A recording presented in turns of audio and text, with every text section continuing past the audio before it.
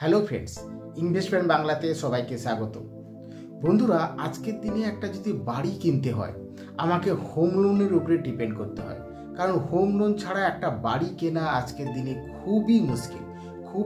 যাদের কাছে অনেক অনেক টাকা আছে তাদেরকেও হোম লোন করতে হচ্ছে, কারণ হোম লোন ছাড়া এককালীন এত টাকা দিয়ে বাড়ি কেনা আমাদের মতো সাধারণ মানুষের পক্ষে খুবই অসম্ভব, মুশকিল। কারণ হোম লোন ছাড়া বাড়ি কিনতে গেলে আমাকে যে পরিমাণ টাকার যোগান দিতে হয় সেই টাকার জন্য আমার ইনকামটাও ঠিক সেই লেভেলে থাকতে হবে, তা কি এত টাকা ক্যাশ বা এত টাকা ডাইরেক্ট দিয়ে আমি একটা বাড়ি কিনতে পারি। তো উপায় কি না, বাড়ি কিনতে গেলে হোম লোন নিতে হচ্ছে ব্যাংক থেকে বা যে কোনো ফিনান্সিয়াল ইনস্টিটিউট থেকে। আমাকে হোম লোন নিয়ে ইএমআই চুক্তা করে করে করে করে একটা বাড়ি কিনতে হচ্ছে।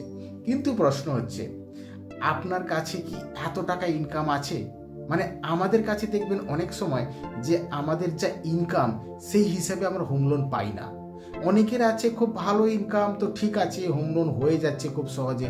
কিন্তু যাদের কথা ভাবুন, যাদের ইনকাম কম অথচ হোম লোন চায়, কারণ বাড়ির ইচ্ছা তো সবারই থাকে, কারণ প্রয়োজন থাকে বাড়ি কেনার। কিন্তু ইনকাম সবার তো সামর্থ্য একরকম নয়। কিন্তু যদি ইনকাম কম থাকে তাহলে হোম লোন পাবো কি করে, এর পদ্ধতি কি? তো আজকে আমরা এটা নিয়ে কথা বলবো যে যদি ইনকাম কম থাকে কিভাবে সহজে হোম লোন পাওয়া যেতে পারে বিভিন্ন ব্যাংক থেকে বা বিভিন্ন প্রাইভেট সরকারি যে বিভিন্ন ব্যাংক বা ফিনান্সিয়াল ইনস্টিটিউট আছে সেখান থেকে কি করে সহজে হোম লোন পেতে পারি যদি আমার ইনকাম কমও থাকে। তার মানে ইনকাম কম থাকা সত্ত্বেও আমি হোম লোন পেতে পারি, এটা তো ঠিক। কিন্তু কিভাবে, তার সহজ পদ্ধতি কি? তো এটা নিয়ে আমরা কথা বলবো যে যেখানে কিভাবে কম ইনকামে হোম লোন পাওয়া সম্ভব। সেকেন্ড, কোন কোন ব্যাংক বা প্রতিষ্ঠান থেকে এই ধরনের সহজে কম ইনকামে হোম লোন পাওয়া যেতে পারে। থার্ড, কি ব্যাংক স্টেটমেন্ট বা ব্যাংকিং ট্রানজ্যাকশন, যে কিভাবে আমি ব্যাংক স্টেটমেন্টকে মেনটেন করব তাকি হোম লোন কম ইনকাম থাক সত্ত্বেও সহজে হোম লোন পাওয়ার একটা সুবিধা করে দিতে পারে।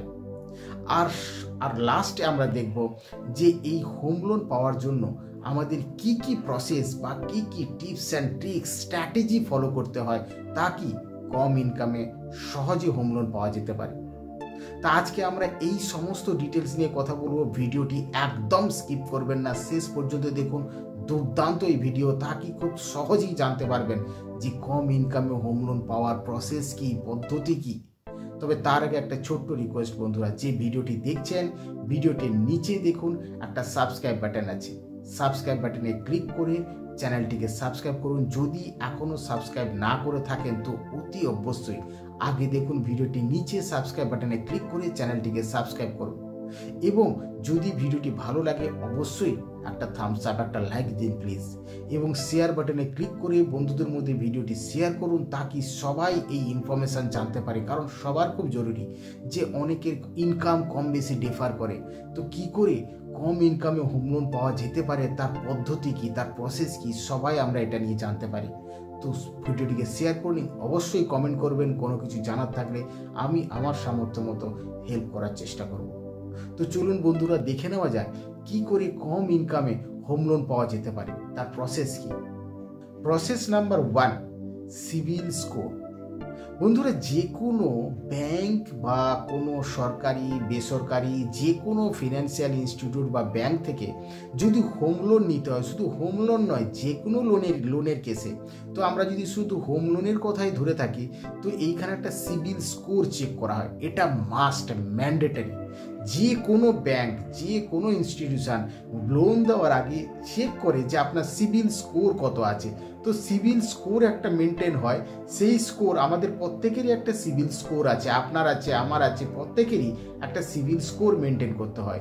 কিন্তু সেই স্কোরটা উপর ডিপেন্ড করে আমাদের হোম লোন দেওয়া হয়। কিন্তু এই প্রসেসটা কি, হোম লোনে জেনারেলি সিভিল স্কোর 750 বা তার উপরে হলে হোম লোন পেতে একটু সুবিধা হয়। কিন্তু এর কম থাকলেও যে হোম লোন পাওয়া যাবে না তা নয়, পাওয়া যাবে, তবে একটু কঠিন হয়।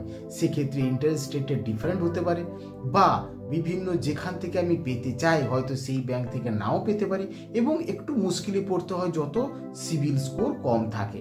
তো আশা করা যায় স্ট্যান্ডার্ড 750 মোটামুটি মেনটেন করতেই লাগে।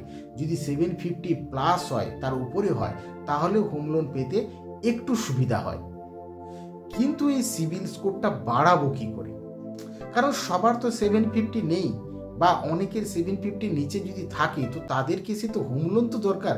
কিন্তু সে হোম লোন সহজে যদি অ্যাপ্রুভ করতে হয়, কারণ আমার ইনকাম কম, তো আমার ইনকাম কম প্লাস আমার সিভিল স্কোরও কম, তাহলে হোম লোন হবে কি করে?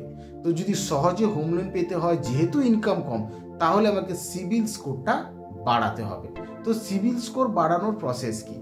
নাম্বার 1, কি আপনার যেসব ইএমআইগুলো চলছে সেই ইএমআইগুলো সময় মতো শোধ করতে লাগবে। কারণ ওইখানে কিন্তু যদি বাউন্স হয় বা ডিফার হয় বা ডিফল্টার হয়, তাহলে কিন্তু সিভিল স্কোর কমতে থাকবে। তো সুতরাং নিয়মিত যে রেগুলারিটি আছে, যে ইএমআই রেগুলারিটি প্রপার মেনটেন করতে হবে, নাম্বার 1। নাম্বার 2, পুরনো কোনো লোন থাকলে সেইগুলোকে কন্টিনিউ করা যাবে না। যদি এখনো অ্যাক্টিভ থাকে সেগুলো পুরোপুরি ক্লোজ করতে হবে। পুরনো লোন বা পুরনো কিছু রেকর্ড থাকলে সেগুলো কমপ্লিট ক্লোজ করে এনওসি নিয়ে নেবেন। সেগুলো পুরনো কোনো লোনের এক্সিস্টেন্স রাখবেন না, সেগুলোকে ক্লিয়ার করুন। আর নাম্বার 3, কোনো ক্রেডিট কার্ডের বকেয়া থাকলে সেগুলো প্রপার টাইমে পেমেন্ট করুন এবং ক্লিয়ার করুন। এই 3টি জিনিস যদি মেনটেন করা হয়, তাহলে সিভিল স্কোর ধীরে ধীরে বাড়তে শুরু করে। তো সিভিল স্কোর যদি বাড়ে, তাহলে আপনার ইনকাম কম থাকলেও সেক্ষেত্রে লোন পাওয়ার সুবিধা অনেকটা বেশি হয়। কারণ লোন পেতে গেলে আপনাকে ইনকাম দেখাতে হচ্ছে, যেহেতু আমার ইনকাম কম, তো সিভিল স্কোর একটা ফ্যাক্টর, যেখানে সিভিল স্কোর যদি ভালো হয় তাহলে লোন পাওয়াটা খুব সহজই হয়ে যেতে পারে। তার জন্য এই পদ্ধতিগুলো মেনটেন করলে আপনার সিভিল স্কোরটা বাড়বে। পদ্ধতি নাম্বার 2, কো অ্যাপ্লিক্যান্ট বা জয়েন্ট হোম লোন ফেসিলিটি। দেখুন, আমার যেহেতু ইনকাম কম, যদি আমি কারোর সঙ্গে জয়েন্ট করে হোম লোন অ্যাপ্লাই করি, সেক্ষেত্রে ইনকাম কম থাকা সত্ত্বেও আমার হোম লোনটা অ্যাপ্রুভ খুব ফাস্ট হয়, খুব সহজে হোম লোন পাওয়া যেতে পারে। সেটা কীরকম? জয়েন্ট অ্যাপ্লিক্যান্ট মানে কো অ্যাপ্লিক্যান্ট যাদেরকে বলি, ধরুন আমি আমার স্ত্রীর সঙ্গে বা আমার বাবা বা মায়ের সঙ্গে বা আমার ভাই বা বোনের সঙ্গে, মানে এদের সঙ্গে আমাদের নিজেদের ডাইরেক্ট রিলেটেড যারা, তাদের সঙ্গে আমি জয়েন্টে যদি হোম লোন নিই, মানে ধরুন আমি আমার স্ত্রীর সঙ্গে নিলাম, তো সেক্ষেত্রে কি হচ্ছে, তাহলে দুজনের ইনকামটা যোগ হয়ে যাচ্ছে, কারণ আমার একার ইনকাম কম। আর যদি আমি দুজন জয়েন্ট করি, তাহলে দুজনের ইনকাম যোগ হয়ে যাচ্ছে। তা দুজনের ইনকাম যদি যোগ হয়, তাহলে কিন্তু হোম লোন পেতে খুব সুবিধা হয়, খুব সহজে অ্যাপ্রুভ হয়, এবং ইন্টারেস্টটাও অনেক কম হতে শুরু করে। কারণ হোম লোনের ইন্টারেস্টও কম পাওয়া যায়, সহজে অ্যাপ্রুভ হয়ে যায়, এবং জয়েন্ট হলে তার রিপেমেন্ট করা, মানে হোম লোনটা শোধ করার ক্ষমতাও বেড়ে যায়। তো সুতরাং এখানে হোম লোন পাওয়ার ক্ষেত্রে ভীষণ ইম্পর্টেন্ট, যদি কো অ্যাপ্লিক্যান্ট হয় তাহলে খুব তাড়াতাড়ি হোম লোন অ্যাপ্রুভ হয়ে যায়। নেক্সট পদ্ধতি কি না, লোনের সময়সীমাটা বাড়াতে লাগে। মানে আমি যদি লোন নিই, লোনটা আমি কতদিনে শোধ করব, তার ডিউরেশনটা, তার সময়টা বেশি হলে ব্যাংকের পক্ষে লোন অ্যাপ্রুভ করা খুব সুবিধা। কারণ কি হচ্ছে, ধরুন আমি যদি 1 লাখ টাকার লোন নিই, আর যদি বলি আমি 6 মাসের মধ্যে আমি চুকিয়ে দেবো, মিটিয়ে দেবো, তাহলে অথচ আমার ইনকাম কম, তো কি করে সম্ভব? আমি কম সময়ের মধ্যে এত টাকা ইনকাম আমি শোধ করব কি করে? তো ব্যাংক এখানে একটা ডাউট করে যে কিভাবে এই কম অ্যামাউন্ট, এই কম ইনকাম সেখানে কি করে এত টাকা কম সময়ের মধ্যে শোধ হবে। তো সেক্ষেত্রে তাদের অ্যাপ্রুভ করতে একটু প্রবলেম হয়। কিন্তু যদি আমি সময়টা বাড়িয়ে নিই, ধরুন আমি ওই 1 লাখ টাকা যদি বলি আমি 1 বছরে দিচ্ছি, তাহলে আমার ইএমআইটা কম হচ্ছে। কারণ যত সময় বাড়বে, যত আমার লোন পরিশোধ করার সময় বেশি হবে, তত আমার ইএমআইটা কম হয়। তাই ইএমআই কম হলে ব্যাংকের পক্ষে হোম লোনটা অ্যাপ্রুভ করার সুবিধা, যে কম ইএমআই, কারণ আমার ইনকাম কম, তার মানে কম ইএমআই থাকার জন্য আমি খুব সহজে পেমেন্ট করতে পারবো ব্যাংকে। তো ব্যাংক এই অ্যাসিউরিটিটা ধরে নেয় যে যেখানে ইনকাম কম এবং ইএমআই কম, তো সেখানে আমি হোম লোন দিতে পারি। কিন্তু যদি আমি ডিউরেশনটা মানে সময়সীমাটা যদি আমি কম রাখি, তাহলে সেক্ষেত্রে কিন্তু একটু প্রবলেম হয়, কারণ আমার ইনকাম কম। সেক্ষেত্রে এত টাকা ইএমআই হয়তো আমি নাও দিতে পারি বা দিতে আমার অসুবিধা হতে পারে। তো সেই ক্ষেত্রে হোম লোন অ্যাপ্রুভে একটু প্রবলেম হতে পারে। তাই সময়সীমাটাও একটা ফ্যাক্টর। যত সময় বেশি থাকবে তত ইএমআই কম হবে এবং ব্যাংকের পক্ষে হোম লোনটা অ্যাপ্রুভ করা খুব সুবিধা হবে। এবারে নেক্সট পদ্ধতি কি না, কোনো গভর্নমেন্ট স্কিম, যে কোনো গভর্নমেন্ট স্কিমকে আমাদেরকে ইগনোর করলে চলবে না। যে কোনো স্কিমের আওতার মধ্যে দেখতে হবে। যদি কোনো সরকারি স্কিম অ্যাভেলেবেল থাকে তাহলে সেইগুলোর দিকেও আমাদের লক্ষ্য রাখতে হবে। সেটা কীরকম, ধরুন প্রধানমন্ত্রী আবাস যোজনা বা পশ্চিমবঙ্গের বাড়ির কোনো যোজনা থাকলে বা ডিডিএ দিল্লি ডেভেলপমেন্ট অথরিটি, মানে যেসব দেখবেন সরকারি স্কিমের মাধ্যমে অ্যালটমেন্ট হচ্ছে, তো সেক্ষেত্রে হোম লোন পাওয়াটা সহজ, কম ইনকাম থাকলেও। যদি আমার ইনকাম কম থাকে তাহলে এই সরকারি পরিষেবাগুলো যদি আমি ইউজ করতে পারি তাহলে সেখানে আমার হোম লোন পাওয়াটা খুব সুবিধা। কোনো হোম লোনের যে স্কিমগুলো আসছে সেগুলোতে সরকার ভর্তুকিও দিচ্ছে ইন্টারেস্টের উপরে, তো সেই ভর্তুকিও পাচ্ছি, প্লাস আমার ইনকামও কম এবং ইন্টারেস্টও কম থাকে, প্লাস সরকারি যোজনা। তার মানে অনেকগুলো সুবিধা জড়িয়ে আছে যাদের ইনকাম কম। তো তাদের ক্ষেত্রে কিন্তু এই সুযোগ সুবিধাগুলো মিস করবেন না। যে কোনো গভর্নমেন্ট যে স্কিমগুলো আসছে, হাউজিং রিলেটেড যে স্কিম আছে, সেই স্কিমগুলোর দিকে ভালো করে লক্ষ্য রাখতে হবে এবং তাদের ফেসিলিটি উঠাতে হবে। সেই স্কিমের মাধ্যমে আমার কম ইনকাম থাকলেও আমার হোম লোন পাওয়ার একটা খুব ভালো সুযোগ তৈরি হয়ে যায়। এবার নেক্সট কি, আমরা কোন কোন জায়গাতে যদি আমি অ্যাপ্লাই করি তাহলে কম ইনকাম থাকা সত্ত্বেও হোম লোন অ্যাপ্রুভ হওয়ার চান্স থাকে, হোম লোন সহজে পাওয়া যেতে পারে কোন কোন জায়গা থেকে। যেহেতু আমার ইনকাম কম, এটাকে মাথায় রেখে আমাকে ভাবতে হচ্ছে। তো সেক্ষেত্রে যে কোনো প্রাইভেট ব্যাংক বা এনবিএফসি, নন ব্যাংকিং ফিনান্সিয়াল যে ইনস্টিটিউটগুলো থাকে, এনবিএফসি বা প্রাইভেট ব্যাংকে ট্রাই করা ভালো। ফার্স্ট এইগুলোতে ট্রাই করতে হয় তাকে সহজে ব্যাংক লোন পাওয়া যেতে পারে, কারণ ইনকামটা কম। আর যে কোনো বড় বড় গভর্নমেন্ট ব্যাংকে যদি যাই তো সেই ক্ষেত্রে কিন্তু অনেক রকমের ভেরিফিকেশান, চেকিং, ভালো ইনকাম থাকতে হবে, অনেক ধরনের কমপ্লেক্সিটি থাকে। তো সেক্ষেত্রে কি হয়, প্রাইভেট ব্যাংক, ধরুন ফর এক্সাম্পল আমি উদাহরণস্বরূপ নিচ্ছি, আপনি এক্সাক্ট ভাববেন না, ধরে নিই আইসিআইসি ব্যাংক, এইচডিএফসি ব্যাংক বা এলআইসি হাউজিং ফিনান্স, এইগুলো যে প্রাইভেট সংস্থাগুলো আছে, এইগুলোতে কিন্তু লোন পাওয়াটা খুব সহজ হয়, কারণ ইনকামটা কম থাকলেও এরা দিতে পারে। কিন্তু সেক্ষেত্রে কি হয়, ইন্টারেস্ট রেটটা হয়তো একটু ডিফার করবে, একটু বাড়তে পারে ইন্টারেস্ট রেট, কারণ ইনকাম কম এবং লোন অ্যাপ্রুভ হচ্ছে যেহেতু প্রাইভেট ব্যাংক থেকে, তো সেক্ষেত্রে ইন্টারেস্ট রেটের একটা ডিফারেন্স থাকতে পারে। এছাড়াও যে এনবিএফসি থাকে, নন ব্যাংকিং ফিনান্সিয়াল ইনস্টিটিউটগুলো থাকে, এগুলো থেকেও সহজে পাওয়া যেতে পারে। সেক্ষেত্রেও সেম কনসেপ্ট, ইন্টারেস্ট রেট হয়তো একটু গভর্নমেন্টের থেকে একটু বাড়তে পারে। তো গভর্নমেন্ট ব্যাংকে ট্রাই করলে একটু সমস্যা কি হতে পারে, কারণ ইনকামটা যেহেতু কম আছে সেক্ষেত্রে হোম লোনটা অ্যাপ্রুভ হওয়াটা একটু মুশকিল হতে পারে, কিন্তু প্রাইভেট ব্যাংক বা এনবিএফসিগুলোতে সহজে হয়ে যায়। তো এই দিকটা লক্ষ্য রাখতে হবে যে কোথা থেকে আমি পেতে পারি, যেহেতু আমার ইনকামটা কম। নেক্সট আমরা কি দেখব না, আমি যে ইনকাম করছি সেই ইনকাম আমার ব্যাংকে এসে জমা পড়ছে, তার মানে আমাকে ব্যাংক ব্যালেন্স এবং ট্রানজ্যাকশনের ডিটেলসটা ভালো করে মেনটেন করতে হবে। ব্যাংক বা যে কোনো ইনস্টিটিউট এটা খুব ভালো করে ওরা চেক করে, কারণ কি, যে ব্যাংকে আমার ব্যালেন্স আছে মানে আমার আয়ের যে প্রমাণ, সেই প্রমাণ হিসেবে ব্যাংক স্টেটমেন্ট লাগছে।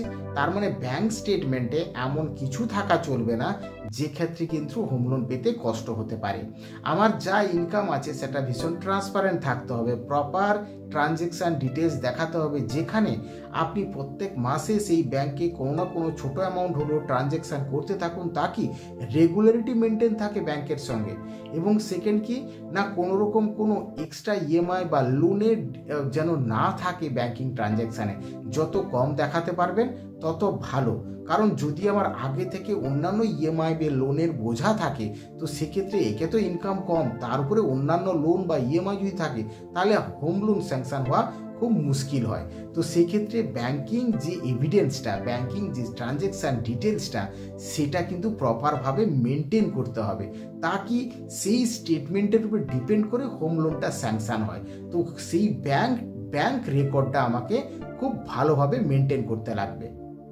এবার আমরা দেখব যদি হোম লোন অ্যাপ্লাই করতে হয় তাহলে কি কি ধরনের ডকুমেন্ট আমাকে সবসময় রেডি রাখতে হচ্ছে। আমার ধরে নিই প্যান কার্ড, আধার কার্ড, আমার পরিচয়পত্র, মোটামুটি সব জায়গাতেই এগুলো লাগে। প্যান কার্ড, আধার কার্ড এই দুটো রেডি রাখতে হচ্ছে। এছাড়া কি যদি আমার ইনকাম হয় সেই ইনকামের প্রমাণপত্র, মানে ধরুন আমি যদি জব করি, স্যালারি স্লিপ, তো এই ধরনের ডকুমেন্ট আপনাকে রাখতে হবে ইনকাম প্রুফ হিসাবে। নেক্সট কি থাকছে না, বাড়ির যে বাড়ি আমি কিনছি বা যে ফ্ল্যাট বা যে প্রপার্টি যেটা আমি যার জন্য হোম লোন নেব, সেই প্রপার্টির কাগজপত্র আপনাকে রেডি রাখতে হবে। তার মানে প্রপার্টি পেপার, ইনকাম প্রুফ আর আইডি প্রুফ। তার মানে আধার, প্যান কার্ড, বাড়ির কাগজপত্র এবং ইনকাম যে করছি তার স্যালারি স্লিপ বা ইনকাম প্রুফ। এছাড়া যদি ট্যাক্স হয় তাহলে ট্যাক্সের ফর্ম 16 আর সঙ্গে রাখতে হচ্ছে ইনকাম হিসাবে। তার মানে এই কয়েকটা ডকুমেন্ট যদি রেডি থাকে তাহলে হোম লোনের জন্য অ্যাপ্লাই করা যেতে পারে। এছাড়াও যেটা লাগবে সেটা হচ্ছে ব্যাংক স্টেটমেন্ট। 6 থেকে 12 মাসের ব্যাংক স্টেটমেন্ট রেডি রাখতে হচ্ছে। যে ব্যাংকে ট্রানজ্যাকশান আপনি মেনটেন করছেন, যেটা মেন, যেখানে স্যালারি আসছে, সেই ব্যাংকের যেখানে ব্যালেন্স আছে প্রপার মেনটেন হচ্ছে, সেই ব্যাংকের 6 থেকে 12 মাসের স্টেটমেন্ট রাখতে হচ্ছে। তার মানে এই ডকুমেন্টগুলো নিয়ে আমি হোম লোনের জন্য অ্যাপ্লাই করতে পারবো। তো বন্ধুরা, এই প্রসেসগুলো যদি মেনটেন করা হয় তাহলে সহজে হোম লোন পাওয়া সম্ভব যদি আমার ইনকাম কম থাকে। ইনকাম কম থাকা সত্ত্বেও হোম লোন পেতে গেলে এইটুকু তো মেনটেন করতেই লাগবে, না হলে তো হোম লোন হবে না। তো বন্ধুরা, যদি হোম লোন যাদের ধরুন ইনকাম অনেক আছে তাদেরকে সেম মেনটেন করতে হচ্ছে, কিন্তু সেক্ষেত্রে হোম লোন পেতে একটু সুবিধা হতে পারে, কারণ ইনকামটা বেশি আছে। যেহেতু আমার ইনকাম কম, তার মানে আমাকে যাবতীয় যে এভিডেন্স বা প্রপার ট্রানজ্যাকশান ডিটেলস বা যে প্রসেসগুলো বললাম এগুলো আমার কাছে প্রপার থাকতে হবে, তাকে কম ইনকাম সত্ত্বেও আমি যেন হোম লোন খুব সহজে পেতে পারি। তো বন্ধুরা, যদি এই ভিডিওটি ভালো লেগে থাকে তো প্লিজ রিকোয়েস্ট, যে ভিডিওটি দেখছেন যদি এখনও সাবস্ক্রাইব না করে থাকেন, ভিডিওটি নিচে দেখুন সাবস্ক্রাইব বাটন আছে, সাবস্ক্রাইব বাটনে ক্লিক করে ভিডিওটিকে সাবস্ক্রাইব করুন আর চ্যানেলটিকে লাইক করুন এবং ভিডিওটিকে বন্ধুদের মধ্যে শেয়ার করুন এবং অবশ্যই করে কমেন্ট করতে ভুলবেন না। আবার দেখা হবে পরের ভিডিওতে। Bye bye.